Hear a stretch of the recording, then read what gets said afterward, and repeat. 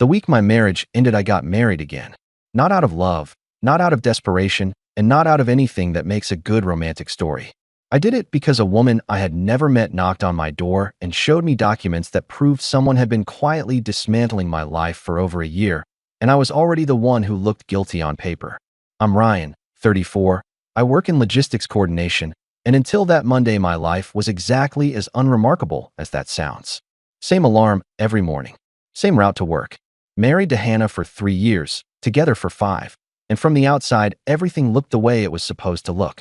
Her boss was a man named Adrian, who I had met twice at company events and found mildly irritating both times without being able to explain why. And beyond that, I gave him almost no thought at all. That Monday, I left work a little after 6, stopped at a small grocery near the subway because I was thinking about making pasta, and spent 3 full minutes in the bread aisle choosing between 2 nearly identical loaves. That was my headspace. I was not bracing for anything. When I got to the building, I noticed Hannah's car wasn't in its usual spot, but that happened sometimes when she worked late. So I went upstairs, unlocked the door, and stepped into an apartment that felt wrong in a way I couldn't immediately name. It took me almost a full minute standing in the entrance to figure out what was different. It wasn't a mess. It wasn't broken. It was a specific kind of quiet, the kind that doesn't feel like emptiness, but like something has been deliberately removed from a space. Her coat wasn't on the hook by the door. The small glass dish where she always kept her rings when she cooked was sitting on the counter, clean and completely empty.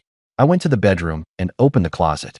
Her side still had clothes in it, which made me feel better for about 10 seconds, until I noticed the second shelf.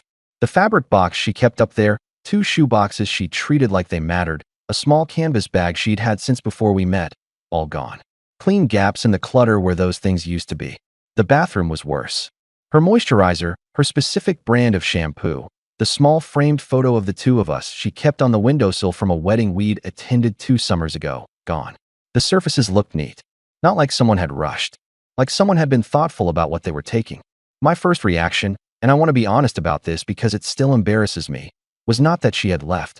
My first thought was that something had happened to her, that there had been an emergency, that I'd find a missed call explaining everything. I checked my phone. There were no missed calls. There was nothing. Then I found the note on the kitchen table, folded once with my name written on the outside. It said she was sorry, that she couldn't explain right now, that she needed space, and was asking me not to call. That was everything. No reason. No location.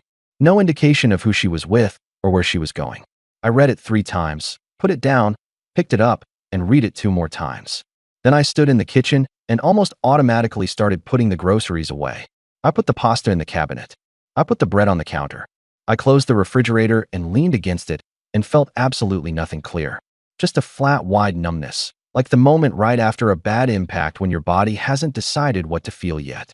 I called Derek sometime around 9, not because I had a plan, but because he was the person I called when I had no idea what to do. He's been my closest friend since college and became a lawyer, which would turn out to matter more than I could have imagined that night. But at that point, I was just calling because I needed a voice I recognized. He picked up on the second ring. I told him something was happening and I didn't understand what it was, and without asking a single question, he said he was on his way. He arrived 40 minutes later, walked through the apartment quietly, listened to everything I described, and then looked at me and said, "I don't think this is just about someone leaving." I asked him what he meant, and he said he wasn't sure yet, but that the timing and the way it was done didn't sit right, and that he thought there might be more to figure out. I appreciated him saying it. I didn't really believe him. I thought he was just trying to give me something to hold on to so I wouldn't spend the night staring at a wall, which, for the record, is largely what I did anyway. I didn't sleep. I went to work the next day and did nothing useful. I came home, sat with the note in front of me, and understood it no better than I had the night before. I didn't call Hannah. I didn't try. The note said not to, and some part of me that was still functioning on instinct respected that. Or maybe I was just afraid of what she would actually say if she picked up. That was Tuesday. On Wednesday evening, around 11, there were 2 steady knocks at my door. Not urgent, not frantic, just 2 measured knocks, like someone who had rehearsed being calm. I opened the door and found a woman I had never seen before. She was dressed in a dark blazer, hair pulled back, the kind of composed appearance that clearly took effort to maintain. But there were small things that gave her away. A tightness along her jaw, hands clasped in front of her just slightly too firmly. The look of someone running on very little sleep and a great deal of determination. She confirmed my name. She told me hers was Claire. She said she was married to a man named Adrian. And then she paused and said that Hannah and her husband had been involved for a while, but that wasn't actually why she was there. She said there were other things that already had my name attached to them whether I knew it or not, and that she needed my help. I told her that sounded like something I wanted no part of. She nodded like she had expected exactly that answer, and then said, "Your name is already in this story." I didn't respond right away. I sat across from her at my own kitchen table and felt the weight of that sentence in a way I couldn't fully explain, because something in her tone told me she wasn't speaking loosely. She wasn't being dramatic. She was telling me a fact. Before she left that night, she told me one more thing. She said she had hired an investigator 6 weeks ago, after finding something on Adrian's phone she wasn't supposed to see. She had been building a picture quietly ever since. She had come to me specifically on Wednesday because Monday and Tuesday she had been verifying the last piece of that picture, the piece that had my name on it, and she had needed to be certain before she knocked on my door. That explained the timing. It didn't make any of it easier to process, but at least it made sense. She said she would come back the next evening with documents, and that after I saw them I could decide whether I wanted to be involved or not. I said fine. She left, and I sat alone in my kitchen until the sky outside the window started going gray, turning over a question I couldn't answer yet, which was how much of the last 14 months of my life had actually been mine. Claire came back Thursday evening, as she said she would, and she brought a folder that she set on the kitchen table between us without ceremony. She started slowly, the way someone does when they've prepared what they want to say but aren't sure how the other person is going to receive the first part of it. She told me that Adrian had been moving money for at least 18 months, not large amounts at once, nothing that would immediately trigger anything, but consistent and deliberate, the kind of pattern that only becomes visible when someone who knows what they're looking for actually sits down and maps it out. The money itself was already a lot to hold. What came next was worse. She told me that some of those transfers had been routed through accounts opened using documentation that included my name and my forged signature. I remember the exact feeling of hearing that. It wasn't panic. It was more like reading a sentence that doesn't make grammatical sense, going back to read it again, and slowly realizing the problem isn't with the sentence. She slid a single page across the table toward me, an account application form, and at the bottom was a signature line with my name printed beneath it. The signature itself was close. Not perfect, but close enough that if you weren't looking for a problem, you probably wouldn't see one. I stared at it for a long time, turned the page slightly like that would help, and then said quietly that it wasn't my signature, but that whoever made it had clearly studied mine. She said she knew. She said the account had been opened 14 months ago. I sat with that number for a moment.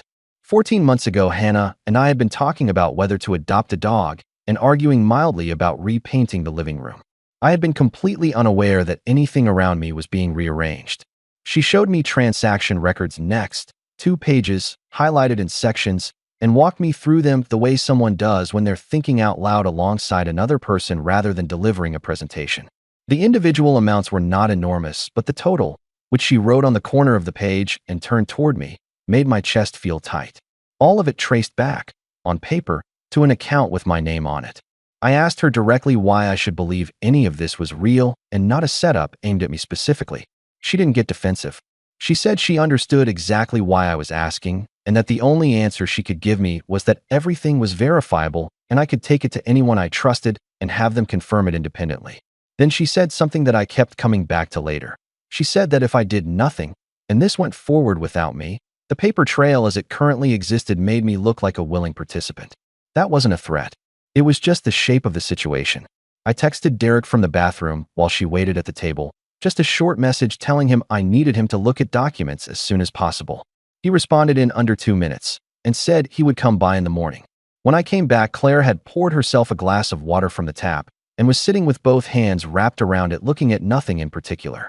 That small, ordinary gesture, just helping herself to water in a stranger's kitchen because she was exhausted, made her feel like a real person in a way that the whole conversation up to that point hadn't quite managed. I asked her what she actually needed from me.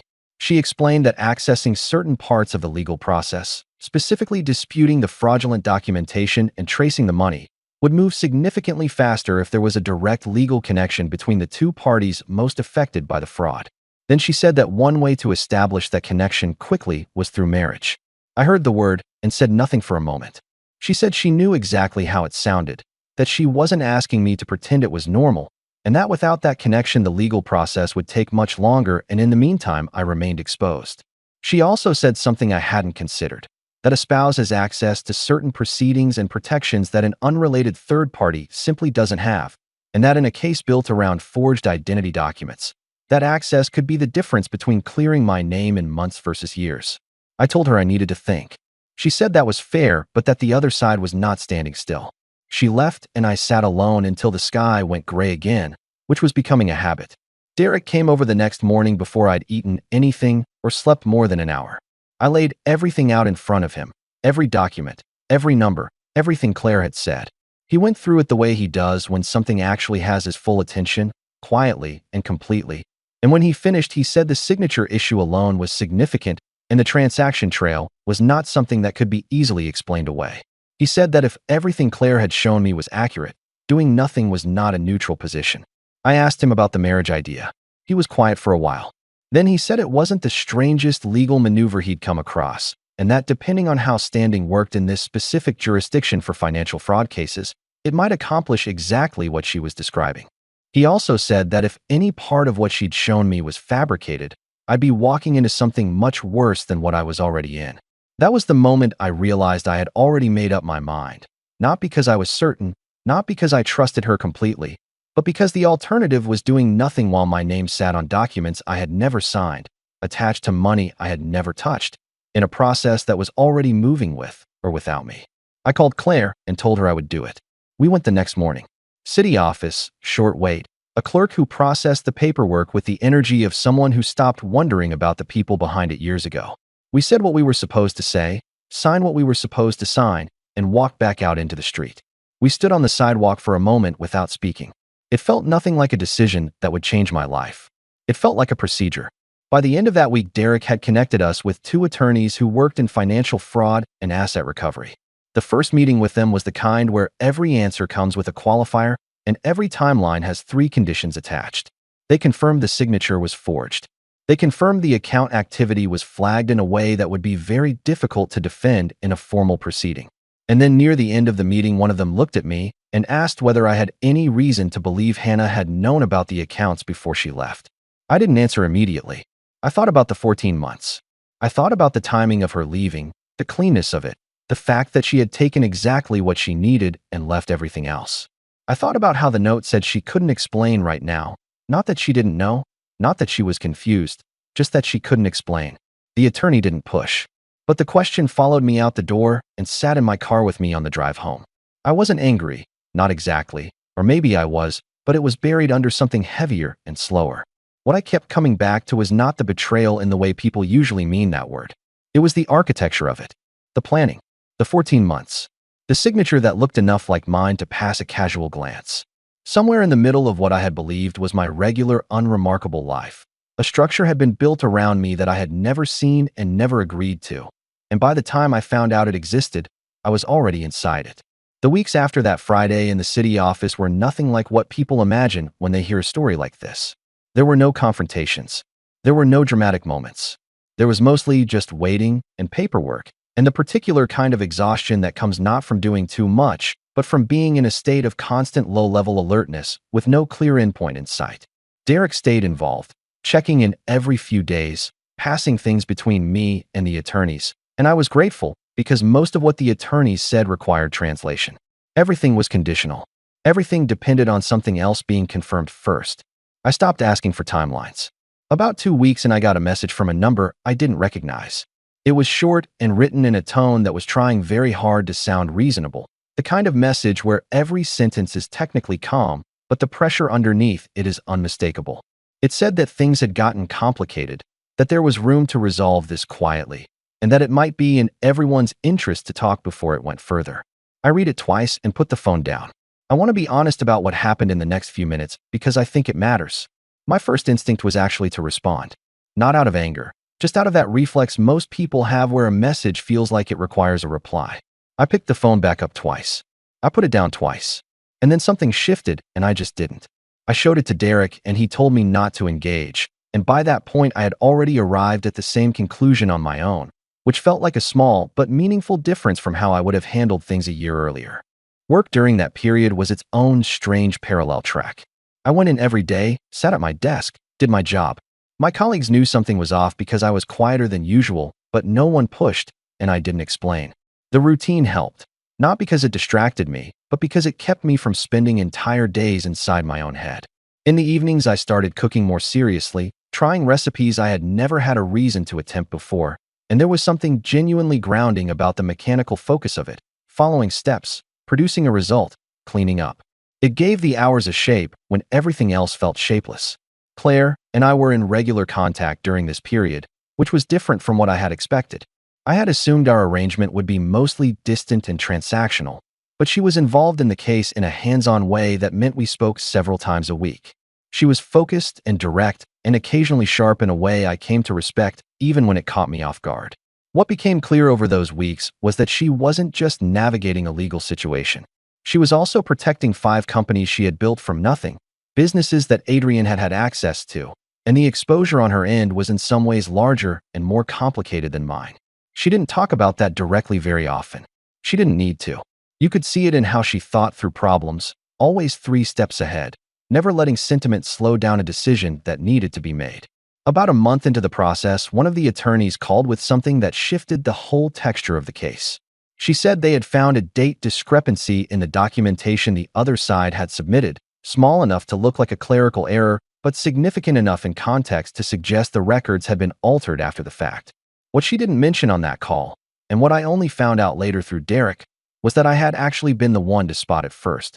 I had been going through document copies late one night, not because anyone asked me to, but because I couldn't sleep and looking at them felt more useful than not looking at them. And I noticed that 2 dates didn't line up with the sequence of events the other side was claiming. I mentioned it to Derek almost apologetically, the way you bring something up when you're not sure if it's relevant, and he passed it to the attorneys, and it turned out to be exactly as significant as they later said. That was a strange moment. Not triumphant, just quietly clarifying, like finally finding a word that had been sitting just out of reach. Then came the call I had been half expecting and half dreading, though not from the direction I had anticipated. Hannah called on a Sunday evening, not from a block number, not through a lawyer, just from her own phone like it was an ordinary evening. I hadn't blocked her number. I want to explain that briefly because I know it sounds strange given everything.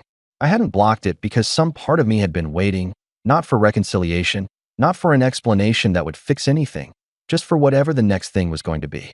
I needed to know what she would say when she finally said something. She called twice within 20 minutes. I answered the second time. The conversation was not what I expected in the sense that she didn't seem to have a clear purpose. She started in the middle of things, said something about how none of this was supposed to go this way, then corrected herself, then contradicted the correction without noticing.